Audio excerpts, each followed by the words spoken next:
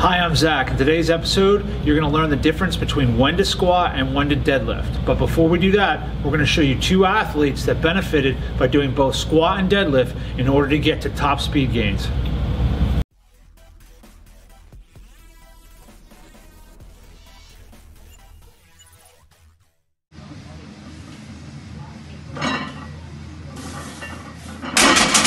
When I first started here, my squat was at like 185. 2 years later, now my squat and my deadlift are both around 420, and my 60 was at a 7.3. Now it's down to a 6.6.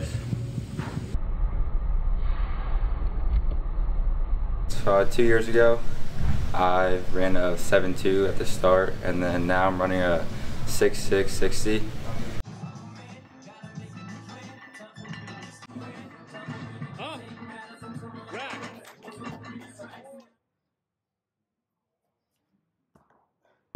So what you have to keep in mind as far as deadlift and squat's going to be more for acceleration. It's quad dominant. So when an athlete's running 10 to 30 yards, he's going to use more of his quads, and that's where more of the squat comes in. Versus if you're running more 40 to 60 yards when you're doing speed work, that's where more of the deadlift's going to come in with more top end speed, which is going to require more hamstring and more glute activation in order to catapult your speed up. So if you're training a 100-meter sprinter, you're going to want to make sure that you do a lot of deadlifts in order to get their top speed up. However, most sports are going to be, you're going to be running 10 to 20 yards. You're not going to be running 40 to 60 yards. So if we look at field hockey, if we look at lacrosse, if we look at soccer, you're running full out for basically 10 to 20 yards. So that's why for most sports I concentrate more on the squat over the deadlift, because acceleration is the dominant factor.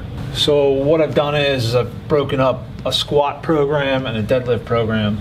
So obviously up here is a squat and the deadlift, and down here are the auxiliaries. Okay, and we do, if we're squatting for a monthly cycle, then this is the program that we do. We do RDLs.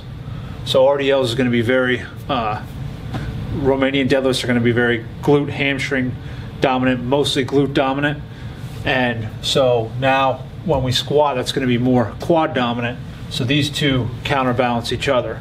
And then what we do is we focus just on hamstring isolation, and that's why we have leg curls down here or glute ham.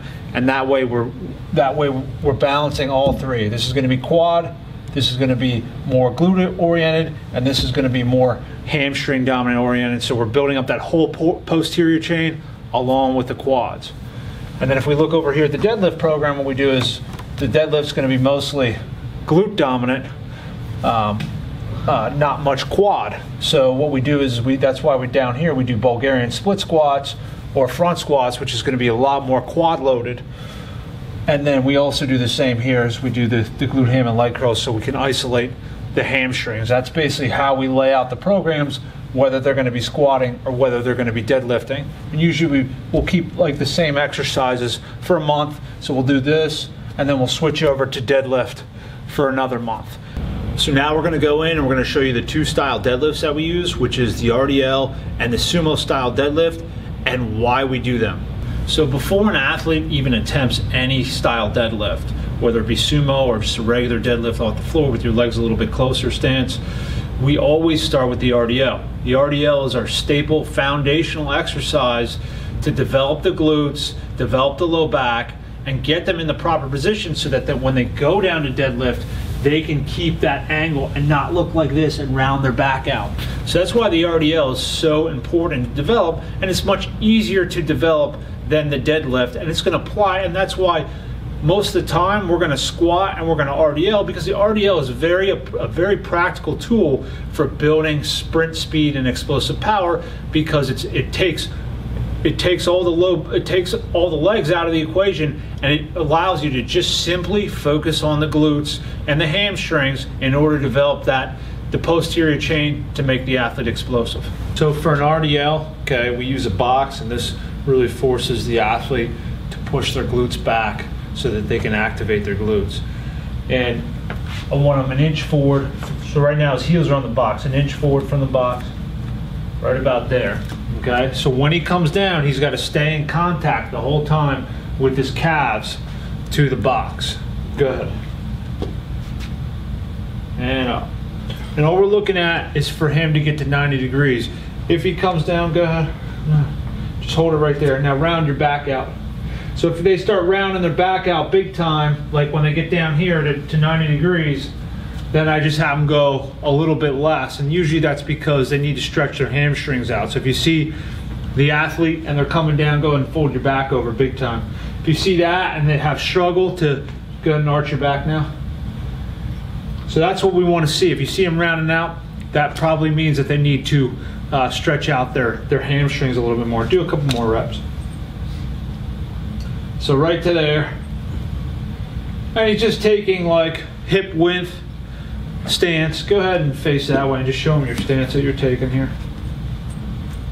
So about like that. That's perfect. Okay? Just inside the shoulders slightly and feet pretty much pointed straight ahead. Go ahead and back to the box again. And show them what you don't want to do. This is what you don't want to do, is just kind of come forward. Don't let your shins touch the box. So, you know, that's what you'll kind of see here, and see how the knees are coming forward here. So now that's going to be a little bit more low back, and you're going to get a little bit more into the front of the legs here. So that's why it's really important to stay touched when you do this. And that's when you're going to really activate up the glutes. So the second style deadlift that we do as our main lift is the sumo deadlift. So sumo deadlift is, you know, most people are going to go extremely wide. I just like going slightly outside shoulder width. And the reason that I prefer this style deadlift over a regular deadlift is because, one, you can get a little bit lower, so you're going to get your quads involved. And two is you're going to develop your abductor and more of your adductor chain, so your groin, your glute medius, your glute minimus. And that's ultimately what's going to also catapult up your strength and your speed. When you're doing a regular deadlift here, this is going to be much more glute and low back dominant, so you're missing all those other muscle groups that ultimately makes you get to your top speed and gets you the fastest. So now we're demonstrating the sumo. Notice how it's a lot like how we teach the box squat. Look at the knees, they're way back. Okay, go ahead and come forward with your knees over your toes.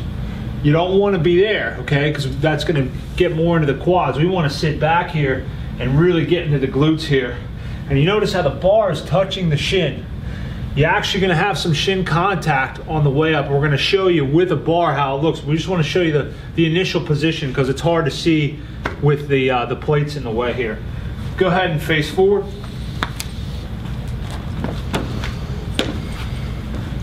Down, push those knees out. So that's the position there.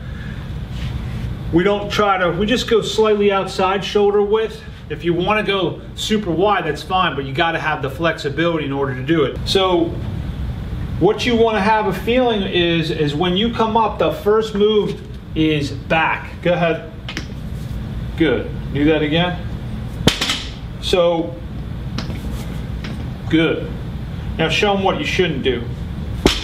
So what you don't want to do is a lot of athletes, what they'll do is they're going to lift up first with the butt that way, and then they'll come up that way. Go ahead, down. So the first move is back this way and scoop up. So you want to feel like your hips, go ahead. You want to feel like your hips, when they're down here, that they're doing this here. You're moving this way versus that way, okay? So you want to feel almost like you're scooping, you're trying to get under the bar with your hips, and that really forces you to sit back, and now you got the whole chain working properly, and this is going to really carry over into your sprinting and to your jumping. So also, when you're first learning the semi-wide stance sumo deadlift, we do raise it up. This is almost 1.5 to 2 inches here, because a lot of the athletes don't have the flexibility to get their hips under to sit back and to scoop. So we always start athletes off like this for a couple cycles, get them really good with the technique, and then you can drop it lower if you want. So a lot of trainers ask me why, you know, I don't like the trap bar, or why I don't do a closed stance regular deadlift here. And the thing is I do. We do cycle it in here and there, but the main lift that we stick with, just because it's gonna develop the posterior chain a little more effectively, along with, like I said before, the glutes and the groin. And that's why we stick with mainly the sumo deadlift and the RDL as our main deadlift exercises. That being said, it's important to understand the trap bar and if you are going to use it. We don't use a trap bar max. We use whatever they sumo deadlift with. When they go to do trap bar, that's the max that we use. And the reason is because if I use a regular trap bar max, it's usually 10 to 12% more than their deadlift. So if they could sumo deadlift 400, they could probably trap bar 450, 470. When they go to do work sets at 80%, let's say 4 sets of 5, it's really like doing 90% of your regular sumo deadlift.